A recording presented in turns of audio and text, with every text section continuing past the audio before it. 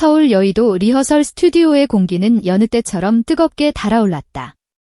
미스터트롯 3탑7 전국 투어 콘서트를 앞두고 있던 그 밤. 무대 위를 비추던 스포트라이트가 하나둘 꺼지자 분주했던 손길들도 서서히 가라앉았다. 드럼 스틱이 케이스에 들어가고 마이크 케이블이 차곡차곡 말려 들어가는 동안 어느 누구도 예상하지 못한 한순간이 서서히 고개를 들고 있었다. 리허설장을 벗어나려던 사람들 사이에서 김용빈은 망설이는 발걸음으로 조항조에게 다가갔다. 그의 손에는 오래 써서 바랜 USB 하나가 꼭 쥐어 있었다. 그 속에는 세상 어디에도 없는 단 하나의 데모 파일, 아직 제목조차 붙지 않은 자작곡이 잠들어 있었다. 선생님, 잠깐만 들어봐 주실 수 있을까요? 작은 목소리였지만 절실함은 누구보다 컸다. 피곤함이 묻어있던 조항조의 눈빛이 호기심으로 바뀌었다. 이어폰을 귀에 꽂고 재생 버튼을 누르자 겨우 4마디의 기타 아르페지오가 흐른 뒤 첫 소절이 공간을 가르고 흘러나왔다. 그녀가 내게 남긴 마지막 말, 그건 괜찮다는 거짓말이었어요. 불안한 비브라토, 그러나 담백한 진심이 얹힌 그 한 줄은 거장의 심장을 단숨에 개원했다. 조항조는 수없이 많은 노래를 들었고 헤아릴 수 없는 스테이지를 밟아왔다. 그 깊은 경륜이 곡의 완성도를 순식간에 판단했지만 이번만큼은 차원이 달랐다. 1절이 끝날 즈음 이마에는 잔주름이 깊어졌고 그의 두 눈은 이미 촉촉이 젖어 있었다. 40년 내공의 거장을 단숨에 무너뜨린 것은 화려한 편곡도 고난도의 고음도 아니었다. 그 속에 숨쉬는 날것의 애도, 누구도 꾸밀 수 없는 날서있는 그리움이었다. 스튜디오 내부가 숨을 죽였다. 곡이 끝나자마자 조항조는 이어폰을 빼내며 얼굴을 감쌌다. 떨리던 어깨가 진동처럼 전해졌다. 한참을 그러고 서 있다가 그는 붉게 충혈된 눈으로 USB를 바라보며 입술을 달싹였다. 이건 혼이야. 기교가 아니라 사람의 영혼이 담겼어. 단호한 한마디는 스스로도 놀랄 만큼 또렷했다. 그 말이 끝나자 공기조차 울림을 품은 듯 무거워졌다. 김용빈은 떨리는 손으로 USB를 다시 받아들었다. 그는 조심스레 말했다. 1년 전 돌아가신 외할머니를 위한 곡이에요. 아직 완성하지 못했습니다. 너무 개인적인 이야기라 무대에 올리기엔 두려워요. 조항조는 한 걸음 다가서서 그의 어깨를 잡았다. 내 슬픔이 누군가에게는 안식처가 된다.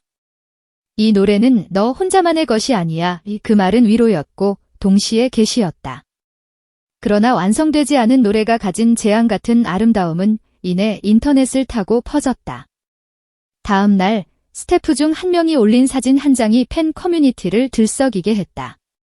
피아노 앞에 앉아 눈을 감은 김용빈, 그 뒤에서 팔짱을 낀 채 고개를 끄덕이는 조항조. 설명 없는 모호한 사진이었지만 그 안에 가득 찬 긴장감과 경외는 보는 이들의 상상력을 자극했다. 며칠 뒤 누군가 그 순간을 담은 19초짜리 영상 클립을 확보했으며 노이즈 속의 숨은 멜로디를 복원해 올렸다. 영상은 업로드 24시간 만에 조회수 50만을 기록했다. 댓글창은 위로와 울음으로 범람했다. 듣자마자 울컥했습니다. 돌아가신 어머니가 떠올랐어요. 정식 발매도 안 됐는데 이미 제 인생곡이에요. 어느 팬은 밤새워 가사를 받아쓰고 자발적으로 영어 자막까지 달았다. SNS 알고리즘은 제목 없는 곡이라는 해시태그를 부지런히 퍼뜨렸다. 단 1분 남짓한 유출본이 수천 명을 울리고 있었다. 하지만 서울 올림픽공원 핸드볼 경기장에서 열릴 예정이던 투어 콘서트의 엔딩곡으로 계획됐던 이 곡은 공연을 불과 닷새 앞두고 세트리스트에서 제외됐다. 팬들은 실망했지만 이유를 들은 뒤 묵묵히 지지했다. 김용빈이 말했다. 할머니께 부끄럽지 않게 완성하고 싶습니다. 상업적 성공은 나중 문제예요. 그는 잠원동 개인 스튜디오에 틀어박혀 곡을 재구성했다.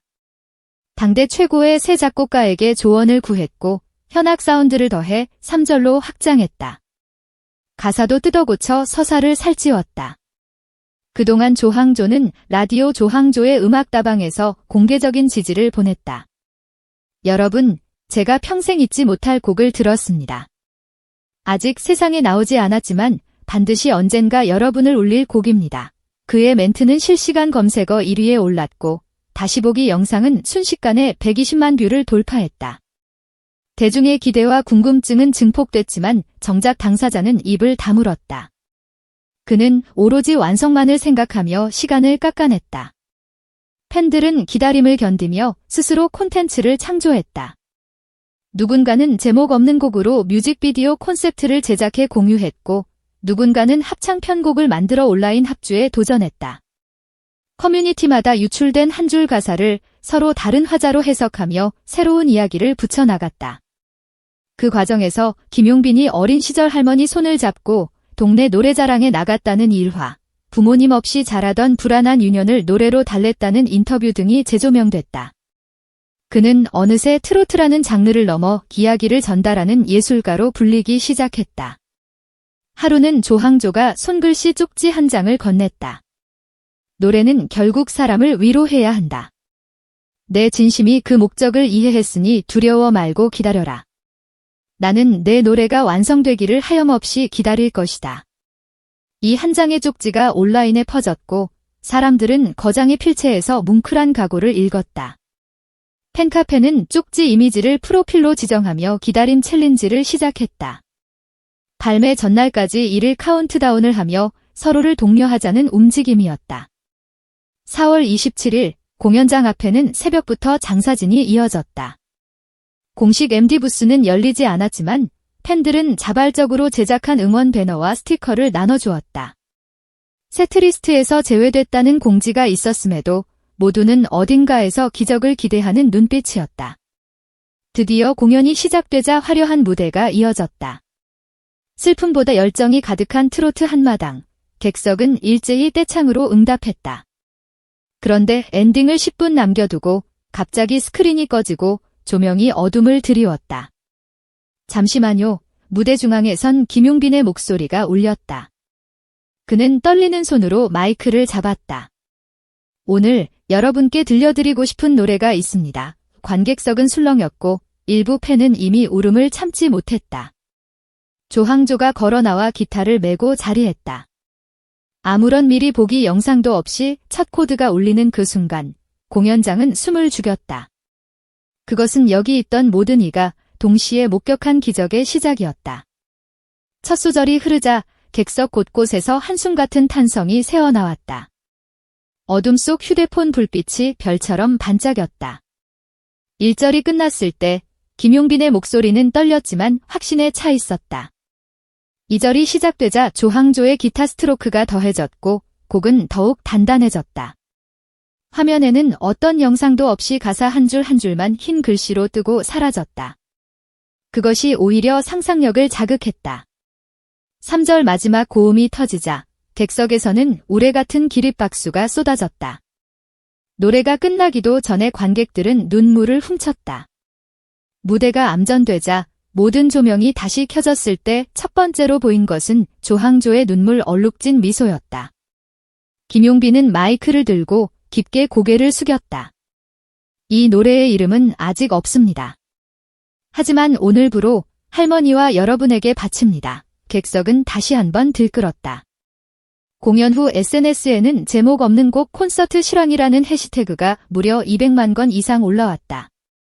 하루아침에 각종 포털 실시간 키워드를 휩쓴 것은 물론 해외 트렌드에도 오를 만큼 폭발적인 반응이었다. 이튿날 아침, 언론은 일제히 한국 트로트 역사상 가장 뜨거운 얼리드 싱어롱이라며 대서특필했다. 음원이 발매되지 않았는데도 팬들은 공연 라이브 음성만으로 스트리밍 링크를 만들어 공유했다. 해적 음원임에도 조회수는 빠르게 300만을 넘어섰고 일부 플랫폼은 서버가 잠시 과부하를 겪었다. 소속사는 긴급회의를 열어 정식 발매 일정을 앞당기기로 결정했다. 그리고 5월 14일 자정, 드디어 무죄라는 임시 제목으로 음원이 세상에 나왔다. 발매 10분 만에 주요 음원 차트 1위를 올킬했다. 리뷰란에는 가사가 화면으로 흐르는 순간 울었다. 조용한 새벽에 듣다가 숨이 막혔다. 같은 경험담이 넘쳐났다. 전문가들은 트로트가 다시 한번 대중음악의 중심으로 돌아왔다는 신호탄이라 평했고 해외에서는 케이올러지라는 신조어까지 등장했다. 그럼에도 김용빈은 차분했다. 인터뷰에서 그는 말했다. 이 노래가 누군가의 마음 한구석을 따뜻하게 감싸준다면 저는 더 바랄 게 없습니다.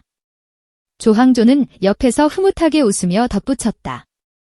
그 밤 USB 하나로 시작된 기적이 결국 수많은 사람을 살렸다. 이제 무제는 이름 없는 곡이 아니다. 수천 명을 울린 위로의 상징이자 사랑하는 이를 잃은 모두의 애도가 됐다. 하지만 그 기적의 가장 소중한 기록은 여전히 여의도 스튜디오의 정적 속에서 이어폰을 타고 흐르던 첫 한 줄의 떨림으로 남아있다. 세상이 잊어도 그 밤을 직접 목격한 이들은 기억할 것이다. 음악이란 결국 마음에서 마음으로 흐르는 보이지 않는 강이라는 것을. 그리고 진심이 담긴 노래 한 곡은 고된 시간을 살아가는 우리 모두에게 얼마나 큰 힘이 되는지를. 음악은 멈추지 않는다. 김용빈은 다음 앨범 작업실에 들어갔다. 조항조는 후배들의 이야기를 찾아다니며 또 다른 기적의 씨앗을 키우고 있다.